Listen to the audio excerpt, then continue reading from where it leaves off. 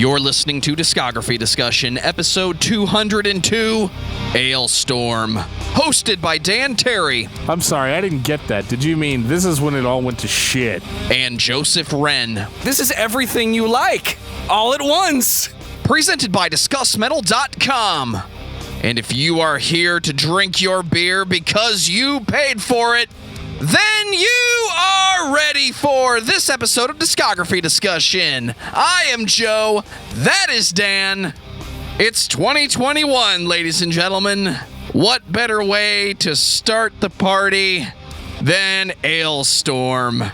Dan is not here to drink your beer. He really doesn't want to talk about Alestorm. He wants to talk about his favorite country western superstar, Leroy Troy. That's right, Ghost Chickens in the Sky. I mean, that would be preferable. I mean, if you're gonna pick a gimmick and stick with it, I think Ghost Chickens have a lot more mainstream appeal than Pirates. But that's just my opinion because everybody seems to love Pirates these days.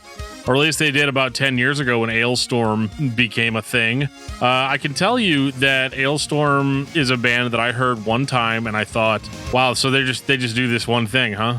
And then I went back and I listened to all their albums, and I have to tell you, I was like, oh, okay, they just do this one thing, huh?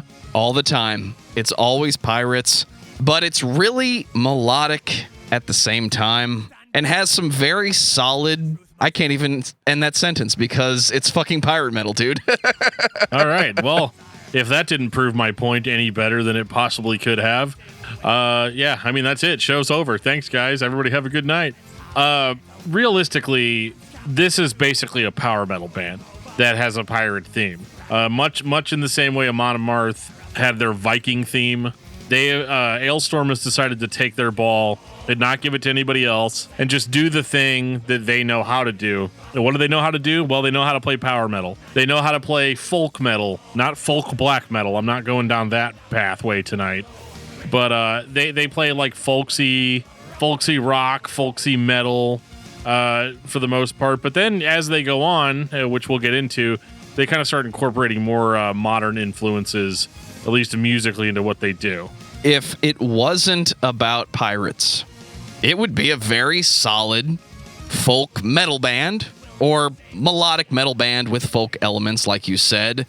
I've heard several examples of this, mostly coming from Canada and some parts of Europe. It's a nice change to the standard dark and brutal as possible, but not radio rock with sing-alongs, even though the core of this is about sing-alongs. It's about getting drunk and dancing at parties while dressed as pirates, or being pirates, however you want to look at it. I mean, I'm sure every single one of these guys has downloaded a copy of Quake before. You know, I mean, I'm sure that's happened. But, you know, I do think that, like, this is a band that survives solely on their gimmick, and I'm gonna challenge you a little bit as far as how original their music actually is and how memorable it actually is. Because I'm not going to lie, I had a hard time getting through these 6 records because I felt like I'd heard it all before from the same band. Well, before Dan fires up Quake RTX and goes for nightmare mode, I'm going to take this time to say thank you to everyone for listening to the podcast. Thank you for listening and for subscribing. If you are not a subscriber, then you can find everything Discography Discussion at discussmetal.com. We're on Spotify, Apple and Google Podcasts, TuneIn Radio, Stitcher, iHeartRadio, twitch.tv/DiscussMetalDan for all your game streaming and live recording needs. So if you have an Amazon Echo or a Google Home, you have no excuse.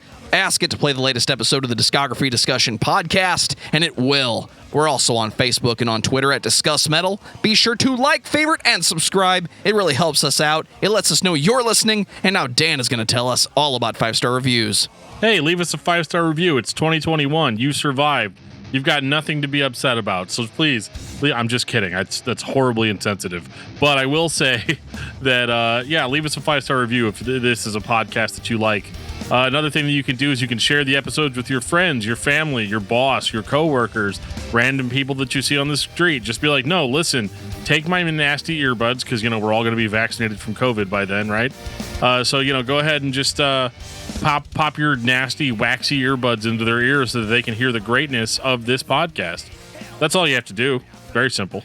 Did you have fun talking about God Lives Underwater with Jeff? I always enjoy talking to Jeff. I don't know how much I enjoyed listening to God Lives Underwater, but after a few weeks of laying down on one side and the other, letting all the water drip out of my ears, I feel like I have now avoided an ear infection at the very least. Did you enjoy talking to Matt Nas about KMFDM? I very similarly, I did enjoy talking to Matt Nas, as I always do. It is always a pleasure. Matt Nas saved the day.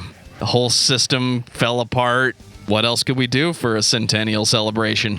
We had to have him on because I was really struggling with that one. It's too many albums, too much stuff that sounds the same. And I'd like to say that things have gotten better here in 2021, but here we are talking about Alestorm. Hope everybody had a good Christmas and a good New Year. You want to shout out our wonderful Patreon supporters, Dan? Absolutely. We have all of our regular band of pirates with us tonight, and that would include Josiah Heiberg, Luke Robinson, Brandon Miranda, Ken Zapla, Tantalized Funyuns, best name ever, Jeremy Prince, Josh Moser, David Brown, Samuel Woodward, Brian Dean, Kiki Kuti, Do You Love Me? I do love you. Lance Allagood, the King of Metal, Alexander, Patrick Asplund, and Jeffrey De Los Santos. The actual Mac. And I want to welcome Jack, as well as Tyler Wand. Thank you guys so much for joining our little pirate ship that we have going on here.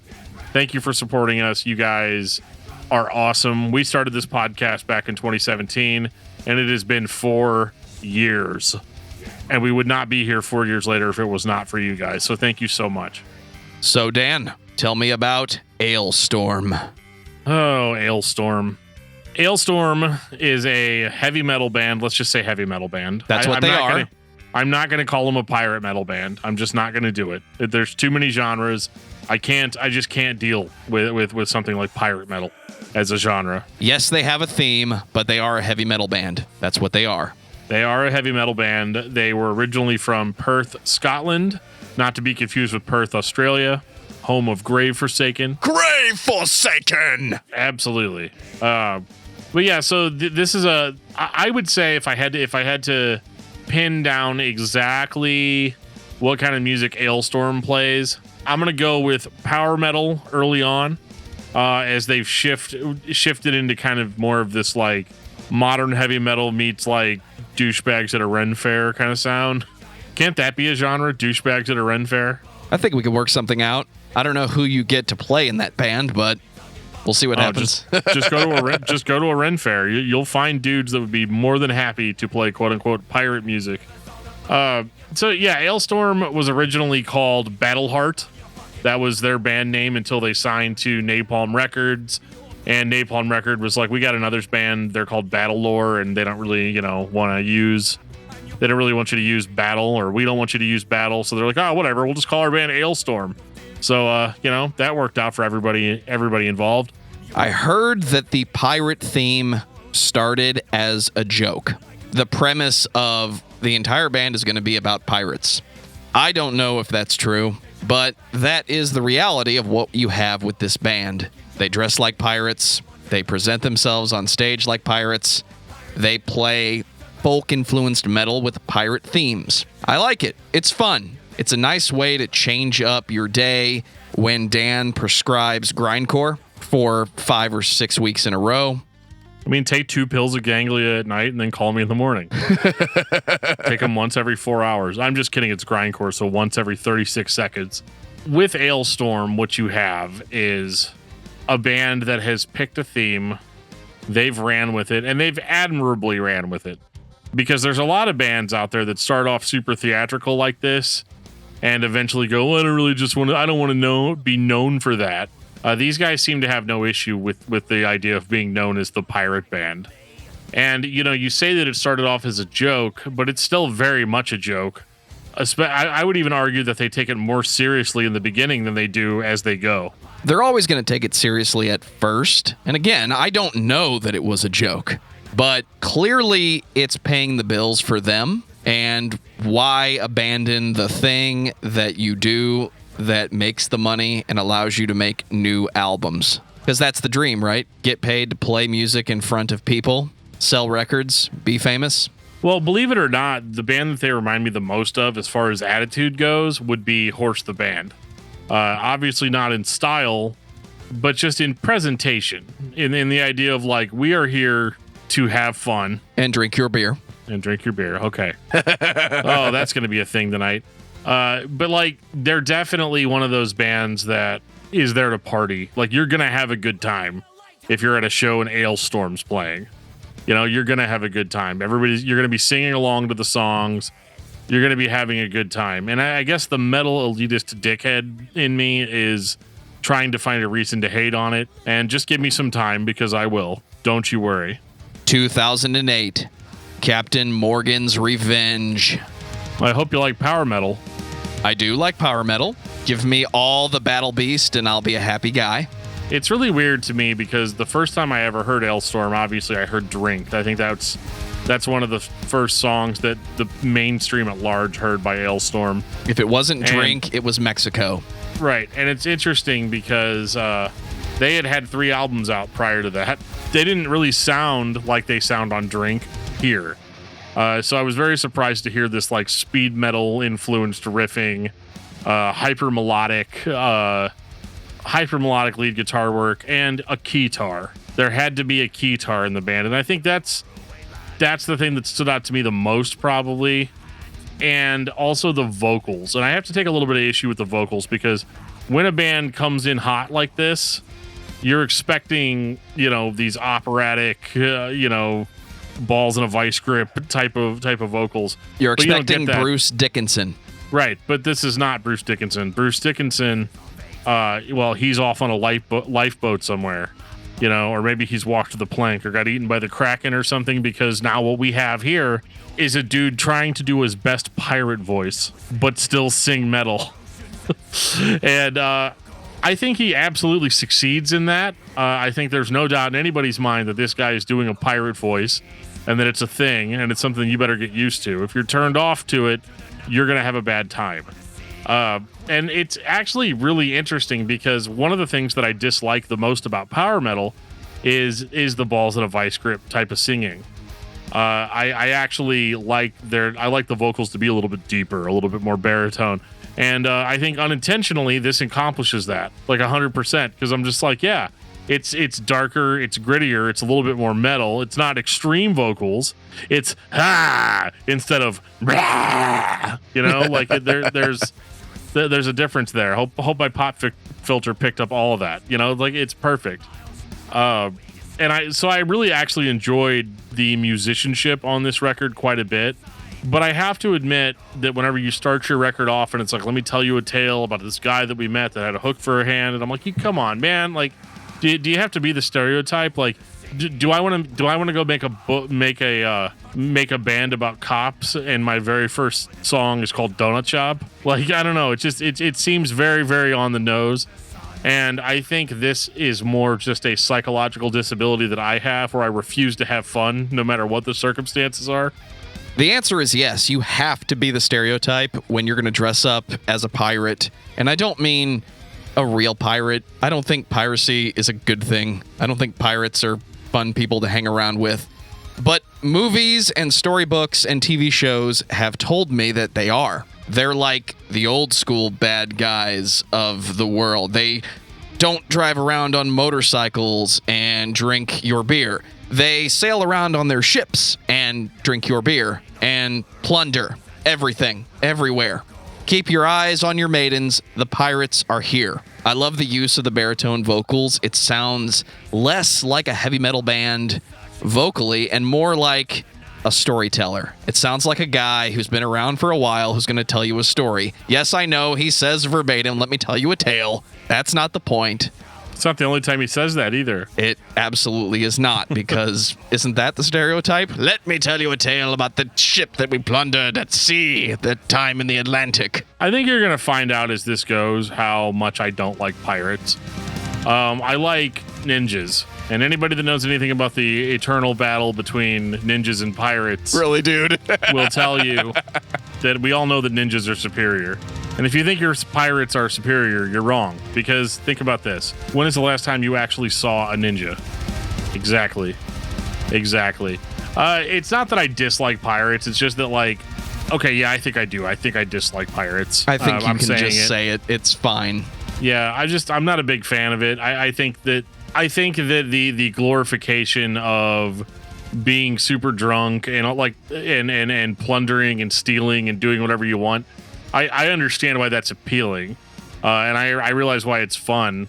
But I'm also not expecting this band to like give me a historically accurate view on pirates, quite like how some other bands might do things. There's a few other bands out there that will give you an actual historical document, and unfortunately, it's very boring. So this goes more for the party vibe. Like, it's a party pirate vibe with power metal, and I think that's the thing that I'm not talking about enough on this episode, is that this is actually some pretty grade A power metal. What I think of when I think of power metal in 2020, I think of Battle Beast, because that's where my brain is. But the heavy metal style of guitar, bass, and drums, Judas Priest did it better than anybody. If you can do that and throw in an accordion, I'll be there. That sounds like a fun time to me. But I'm with you. I don't think in 2008 anybody thought this was going to continue. And yet, 1 year later, you got Black Sails at midnight, and Alestorm is still playing heavy metal, dressed as pirates, telling you a tale. So they're not trying to be ninjas? Like they're all definitely Black not Sails at trying to be midnight? ninjas. I mean, they're trying the stealth thing out. So, I mean, it could be working out for them. Black Sails at midnight, that seems like a ninja move. But I think that, like, this record, I hate to say it, and this is going to be kind of a recurring theme here, but if you liked everything that Alestorm laid down on Captain Morgan's Revenge, you're gonna like Black Sails at Midnight. I mean, they're essentially the same record. Like the themes are the lyrical themes are the same. The music arrangements are different. I mean, they are different songs, but I'd be hard pressed to tell you exactly how they're different. This is a band that was just like, okay, yep, we got to get another record out. We got the pirate thing down. We can't ever drop that. And we're a power metal band trying to make it internationally. And I mean, as far as I know, these guys pretty much blew up like as soon as they took off as a band. I mean, they absolutely became super popular overnight, because I don't think that there's a lot of bands that are doing quite what they're doing, at least not lyrically. Musically, though, this record is not really a progression at all as far as I'm concerned. That's not to say that they're a bad band, but I do think that, like, I don't really see the growth that usually comes along with a band's second album. I think that they are literally treading water right now. It is absolutely more of the same, and I think that's what you need to expect when you're listening to this band. You're not listening to Alestorm because you want genre-defining execution of heavy metal, melodic, power metal, whatever you want to call it. You listen to Alestorm, at least I do, when I need a change up. So it's going to sound like Alestorm. It's going to cosmetically sound like Alestorm. No matter which song I pick, no matter which album I pick, I'm going to get the pirate metal. There are some singles here or there, but generally speaking, you don't miss with the band.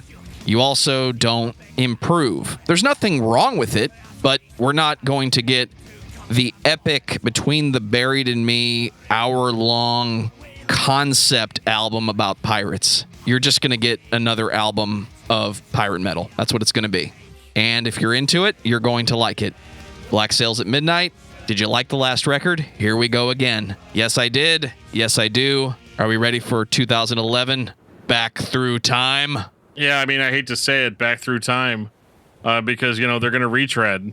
They're gonna literally go back in time and do the same thing they were doing before. Back Through Time is a little bit different than the first two records. It's a retread for sure. Like Joe was just saying, like, it's gonna sound like Alestorm no matter what you do. And unfortunately, even though they're only 3 albums in, they are now generically themselves. But this record, I'm noticing a little bit more of a modern metal sheen thrown onto some of this stuff. So like you look at a song like Shipwrecked, it's significantly heavier than kind of the more power metal type stuff they had before. But then you get in there, you got your accordion going, you got your guitar going, and again, it's like, yep, we're keeping it on the high C's, guys. That's the theme that we're going for, because you just have to prepare yourself for this band being like, you know what, this is really, really, really funny, like the stuff that we're talking about. So let's make it even more ridiculous. And then you turn around and you write a song called "Death Throes of the Terror Squid." And I don't even know what to say. It's an epic track. It's actually my favorite track off of Back Through Time because it's different. It's a more of a sprawling epic track, which they haven't really done before. And I don't know. I enjoy kind of the thrash energy that it has in places. And this is the first song I've heard in a long time by them, at least up to this point in their discography, that they don't sound like generic Alestorm. It sounds like they're actually doing something cool. I like the horns on this one. I like the power metal stereotype of the 6+ minute song that has a little more to it than just riffs and vocals. But it fits in with the overall sound. I'm surprised this was the last song on the record. I expected this to fall somewhere in the middle, but it's there.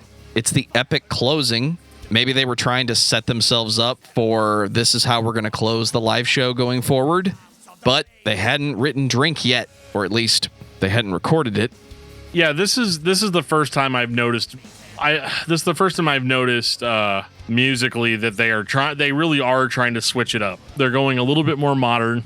They're going a little bit heavier, but they're still stuck being Alestorm, meaning that like they can't be too aggressive because then you lose your sing-song pirate energy, you know. But I also think that a lot of the times that they're really bogged down by that. I think it holds them back in places because they're like, well, this element has to be there, or then we're just another metal band. You think there's potential to take the power metal forward if they would just drop the shtick, but they can't? Or like maybe not even drop the shtick, like absolutely include some songs about pirates on there because, you know, you're Alestorm. But like, I don't know, maybe talk about something different for a while.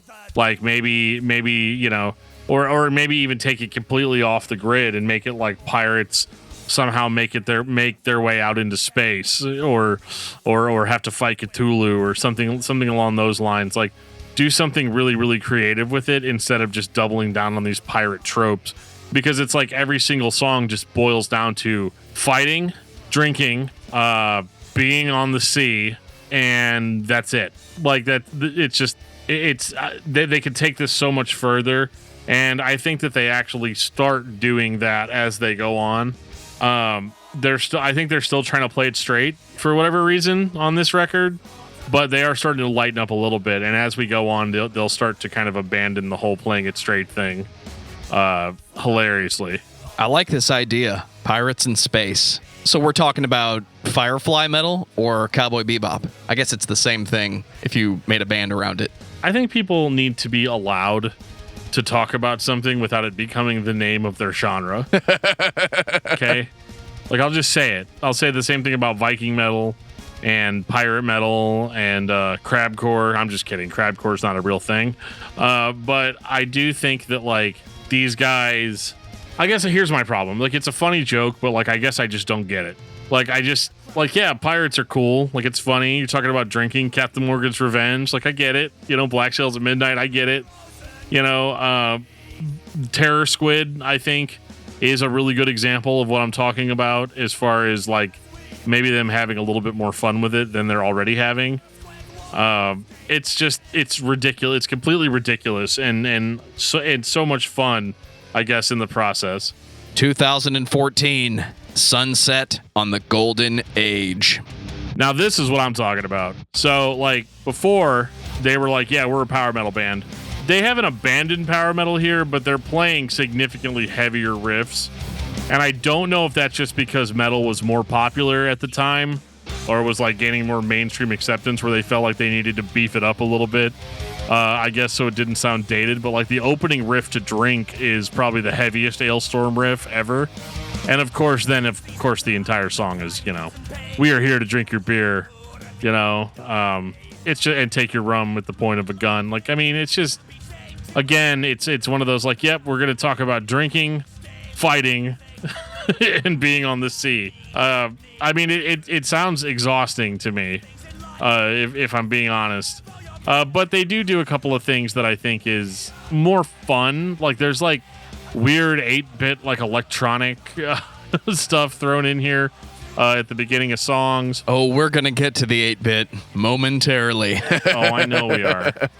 But this is just weird. I mean, you've got Mead from Hell, Surf Squid Warfare, which is probably my favorite song on the whole album, just because it has almost a little bit of a death metal intro to it. But I think it isn't supposed to be. I don't think it's supposed to sound death metal. I think it's supposed to be surf rock. I don't know. Jeff could probably tell me more about that. Hey, y'all. But, in this case, again, I think that they would do better if they just kind of tried to do something a little bit different than what they're doing. I mean, I'm complaining this entire time about how the band only generically does one thing, and then your first track is Walk the Plank. And I'm like, come on, guys. Like, what are you doing to me here? You know, we haven't mentioned yet that the first release came out in 2008. What was popular in 2008? Deathcore? I don't know. Deathcore, metalcore. I'm sure rap and hip hop was popular. Moving forward into 2014, this is when modern metal was starting to become a thing. The sound of modern metal, the electronic influenced, over the top. We have this thing that makes the guitar sound the exact same no matter where we go, no matter what we do. It adds some effects to our axes. Basically, everybody started to sound the same in 2014. I find it interesting that Alestorm effectively has the same sound, but they've been doing it for at least the past 6 years. It just happens that they have a theme, and they don't really buck any trend. They don't embrace the artificial electronic sound. It still sounds like people playing instruments. I'm surprised how much of the production has not changed at this point. And you're not going to mention your favorite song, Magnetic North? No, that would not be my favorite song on this record. I'm still going for Surf Squid Warfare on that one, but Magnetic North is cool as a song. It's not as good as Magnetic North, the album. There's no, RX Contender, The Pretender to be found here. But I do think that this is a step in the right direction, but it's not quite enough yet for me, which I'm sure was a huge concern of theirs when they were recording this. But I don't know. I'm still at a point where I'm like, this is just a joke. Why would you continue to do the band for this long? Just because it's like, guys, okay, pirates. You guys get it? It's like pirates. Because someone has to advocate bringing out the rum. Clearly, 2017, no grave but the sea. I will tell you this, Mexico's a great song. Yes, it is. It might be the best Alestorm song. I'll say it. I like Drink. Drink is great, but just listen to Mexico 5 times in a row and then don't listen to Alestorm. I'm sorry, you can't do it. Well, it's like Mexico's a great song just on its own. And I think that's what I like about it is it doesn't sound generically Alestorm. And the chorus is catchy. And it has subject matter that you wouldn't necessarily expect from Alestorm. And I think that's why I like it the most, We're not walking the plank and, throwing swashbucklers out to sea or whatever it is that you do when you're in Alestorm. They definitely sing about wenches and they sing about drinking, so the theme is there. But I mean, it's there, but folk-influenced metal. Again, Mexico sounds more to me like the Ren Fair band. Like you went to this Ren Fair all day long and you bought a whole bunch of cool little trinkets and everybody's dressed like bar maidens and wenches and it's like this whole thing, right? And then they're like, oh, yeah, by the way, Alestorm's playing later tonight. And then like a whole bunch of people in folding chairs, sit there at night getting bit by mosquitoes constantly while watching it. I've seen a lot of bands that give me this vibe in that exact environment. And it's not my favorite. It might be my favorite Alestorm song on this record. But I do think that this band doesn't have a lot of substance to it. I'm just going to say it. Like, I think they write cool songs, and maybe that's all it needs to be. but they're not a band that I'm just going to sit there and listen to a whole record. I mean, I did do that 6 times, but I probably won't again. At this point, Alestorm might get Drink and Mexico into a playlist, and that's about it for me. I think it's a perfectly serviceable album. Like, it's fine. It does all the heavy metal things, but like, when I'm in the mood to listen to metal, I'm not in the mood to listen to like this weird pirate shit. See, Dan has to get substance out of his metal at all times. At least most of the time. There are some times you can get a fun song out of him, but fun metal is not Dan's thing. I'm going to say it now. He probably thinks this is some strange form of payback. Like, what did I do to deserve this? No, sir, that would be KMFDM, and we did it to ourselves. Why? Why did we do it to ourselves? Why did you do this to me, Joe? If this band had one record that defined the fun Alestorm, I would say it is No Grave But the Sea, because it's less power metal than what they had before. Before, you could make a legitimate claim that the band would sound awesome, even if the subject was not pirates. The only thing that would really change is the vocals and the subject matter of the songs. This one sounds like the band had an international single, and somebody said, you know what you guys need to do? You need to write more pop songs about pirates. But keep doing your heavy metal thing. We don't want you to stop doing that. It just needs to sound more like, like you guys were the opening band at some sort of fair. I'm not going to say what kind of fair, but, if you guys want to show up and, do the thing that you do, people might want to hear more singles and less heavy metal stereotypes. Does that make any sense, guys? You don't have to stop dressing as pirates. Don't worry. And then they responded with 2020's Curse of the Crystal Coconut. Because at this point, if you haven't figured out that this is just supposed to be hilarious, then you're coming at it the wrong way. Curse of the Crystal Coconut is a stupid name for an album that is utterly ridiculous in every sense of the word. Not ridiculous time signatures or ridiculous brutality or anything. But like, it's almost one of those things where this seems to be the first record where they seem to be striking back a little bit at the haters, aka me. They're like, we don't care. We're having a great time doing this. In an interview with Metal Injection, the lead singer Chris Bowes says, I think on this album it comes across pretty clearly in the lyrics that we don't care what people think. We know there's loads of people out there who love what we're doing, so if you hate it, we really don't care because we do what we want to do and it's working for us. And honestly, like, that's the most honest answer you can give. Dude, it's not our fault that we recorded these because we thought it was hilarious and a bunch of people bought it and then demanded that we make more. So it's kind of on you. You don't have to listen to it. You don't have to like it. And I like to think that I fall somewhere in the middle on that, in that I don't really love what they're doing and I don't really think it's that funny anymore. It's getting a little tedious at this point, 6 albums in. But at the same time, it's working for them. They continue to do well. And it's okay to have fun, is what I told my therapist recently. It's okay. It's okay to relax and have a good time. And, I've been saying this for how many years? Yeah. And sing songs about pirates. But this song, they really kind of come out swinging on the fans. Zombies Ate My Pirate Ship is hilarious. Absolutely. Pirate Scorn is hilarious. Shitboat is hilarious. It's just amazing. It's amazing. And I love the fact that they, instead of like being the sensitive artist types that were like, oh, we don't want to do this anymore because we don't want to be known for yada yada. They're like leaning into it so hard. And they're like, yep, this is exactly, oh, you hate us because of this? Well, this is awkward because we've got like 15 more albums of this in us. Aren't you glad we're talking about it now when they've only got 6? I'm glad we're getting it over with, yes. I'm here for pirates. I'm here for metal. I get more of that. The record does its job. I think a lot of listeners who would consider themselves serious metal fans, even they have new records to look forward to.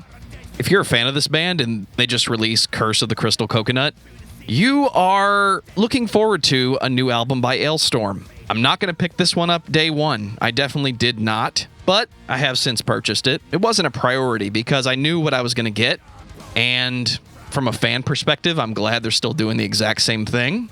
Critically, I like that they laid back a little bit. It sounds less serious than it has in the past. I think No Grave But the Sea was a lot more, here are the rock songs, and less metal. This one, they lean into the rock. I can't say they lean into the party because the whole fucking discography is about party, but I'm glad they're still leaning into it. I think I am too. I think it's totally fine for them to live off to the side away from me and do their thing over here. And it's not like they break down my door every day and force me to listen to them, but I don't know. They're not my favorite. This is one of those hard things where it's like I'm not angry that Alestorm exists, but I'm also not like, I don't know, I'm not like super stoked on it. Like, it's one of those things that like every single time I meet a fan of metal that's all like, dude, you should totally check out Alestorm. They're like legit like heavy metal and they have like pirate theme. And so the elitist in me is just like, okay, yeah, man, I get it. Like, it's like power metal. Like, I get it. And they're like, yeah, but it's like really, really, really cool. And I'm like, yeah, it might be cool, but I'm just, I don't know. It's not ringing any bells. This is one of those bands where it's like, I don't have a problem with them, but I don't really have a lot to say about them. I think that they did lighten up on this record. I think if this had been what their debut sounded like, I think I might see the band differently because there's no mistaking what the mindset was going into this record. Whereas the first couple, that seemed like they were kind of trying to play this idea a little bit more straight than they really intended to. So it becomes more acceptable to you that it's a joke? Yes, because then I'm not going to critically judge the music as harshly as I would something else. Now, if you want to start a ninja metal band, that's a totally different thing. Yeah, you show up at the ninja at the ninja band concert and like there's no one on stage. I mean, they are. There's actually 17 ninjas on that stage. You just can't find them. No one is on that stage. No one plays any music, and everyone leaves blown away. Best show I've ever seen in my life. Final thoughts on Alestorm, Dan? I mean, Alestorm's fine. If you like pirates, if you like the Pirates of the Caribbean movie, there's a whole bunch. It's a whole series. If you like playing Lego Pirates of the Caribbean, if you go to bed every night reading Moby Dick and Treasure Island, then you're probably gonna really dig Alestorm. I'm not one of those people. I don't really dig Alestorm, but I think it's fine. I don't think you're a bad person if you like Alestorm. They're a band that exists for me at this point. That's really as deep as I can go with it. Way to sum it up for what it is. Do you like bands about pirates? Are you a fan of Pirates of the Caribbean films? Do you go to Disney World and ride Pirates of the Caribbean? Do you watch the Goonies and have nostalgic feelings about Chunk and Sloth and the pirate ship and the Superman shirt? Because I do. This band is fun. I enjoy listening to them. I enjoy not having to take music that I listen to so seriously. I don't have to read into it. I don't have to absorb it and fully appreciate what message the band was trying to give me. It might be unfair to say I get the joke and that's enough, but that's what it is, guys. It's a metal band and they sing about pirates. Are you entertained? So am I.